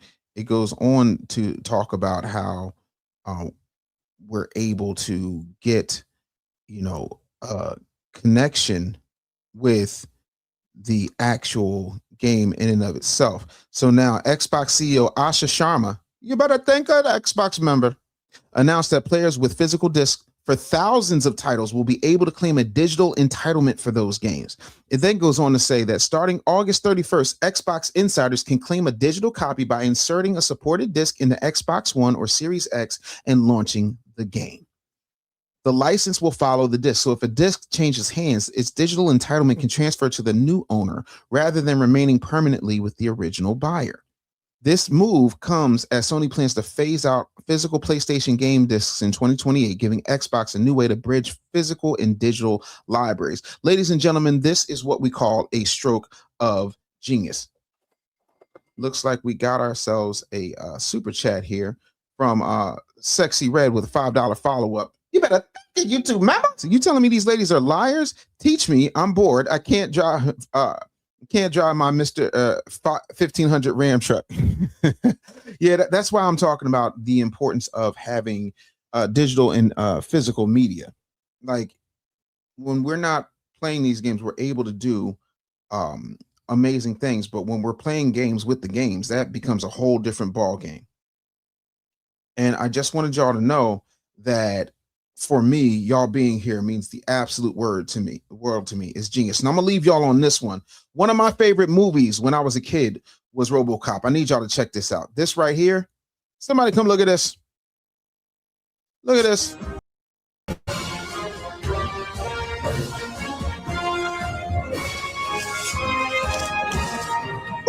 Woo!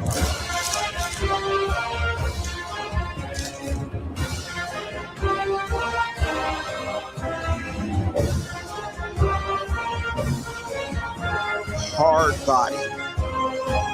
OCP, look at the details. Right down to the coloring.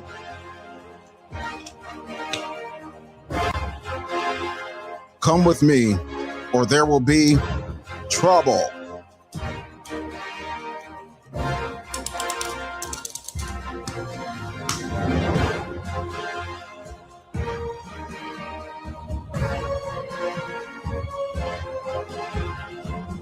Yeah, this is a company called the Figure Hideout. Man, look at that. Don't worry, it's coming. Look.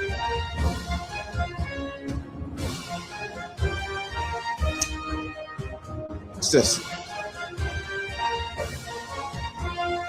Isn't that Joy Reid? Isn't that hairline? Isn't that a Joy Reid hairline? They can take my money right now. Look at the details on this.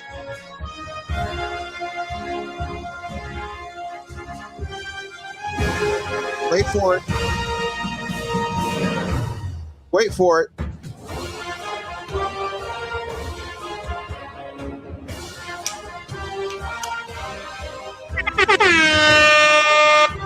Did you see that?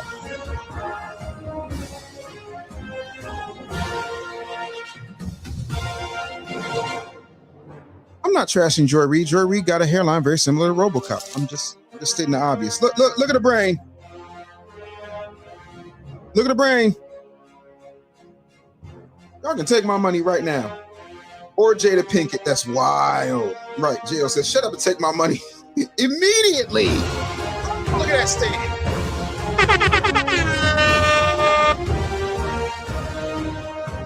You can have it all. You can have it all.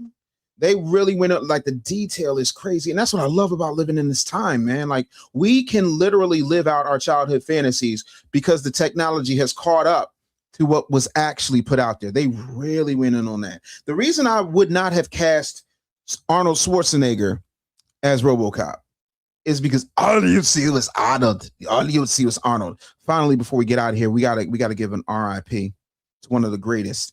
Debbie Storm Clark, one of the original American gladiators. That's a black woman right there. She died at 61. Apparently, allegedly, there was something going on with her pacemaker, and it crapped out. So RIP to her at 61 years old. We lost a giant right there. So yeah, and by the way, if you're looking for something to get Dave Anderson, right? Grand Theft Auto drops on November 19th, which is my birthday. I'm just telling y'all. Yeah, I used to love Storm. But again, do me a favor. If y'all don't do nothing else, please today, don't wait. It's Friday. Get the Tether Doctrine. Get the Tether Doctrine at link.me/thebusinessbully. And of course, get all of your D.A.M.N merch at DAMNmerch.com. I'm gonna need y'all to do that. Download Jaro Go, but get your merch at D.A.M.N merch. And when you get your shirt, you take a picture, you put it on social media. I will shout you out, and then I will give you a code for 50% off anything in the store you want. So please support the channel by hitting all of those things. I really did that. Yes, indeed. Yeah, when Ed 209 lit old boy up, that thing was crazy. He's like, everybody's getting out the way, like they're not gonna get shot either. He's like, I put it down. Put the gun down. Absolutely crazy, man. And I love that you guys are messaging each other on Jaro Go. Make sure y'all get on Jaro Go. Yeah, it's already after 12. Time moves fast. Listen, time goes fast when you're dealing with D.A.M.N. It's the greatest show on earth. That's all we do. We take down ticklish tethers, morons, and nonsense, thought pockets, and grifters all over the place. I love y'all so much. Please do me a favor and support the channel. Get the Tether Doctrine. The link is right there. Link.me/businessbully, the business bully. And it's in the description. And yeah, I don't know who set him up with live rounds. That's absolutely crazy. There was no need for that, especially for a demonstration. Somebody wanted him out of there. They was either going to demote him to the mailroom or just off him. And I think that's what happened. But thanks so much for being here. I will check y'all tonight for Talk Nerdy to Me right here on this channel and on Jaro Go. Please share this video out. Please like the video. Please continue to be great. Thank you for supporting, and thank you for giving a damn. My name's Dave Anderson. I will check y'all out. I will see you next time. Peace. Get on.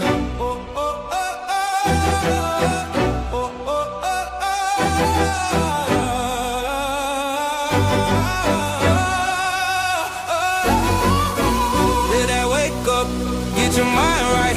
Real talk, no fluff, no sidelines. We outside, bring the truth to the sunrise. D.A.M.N, yeah, we coming at the right time.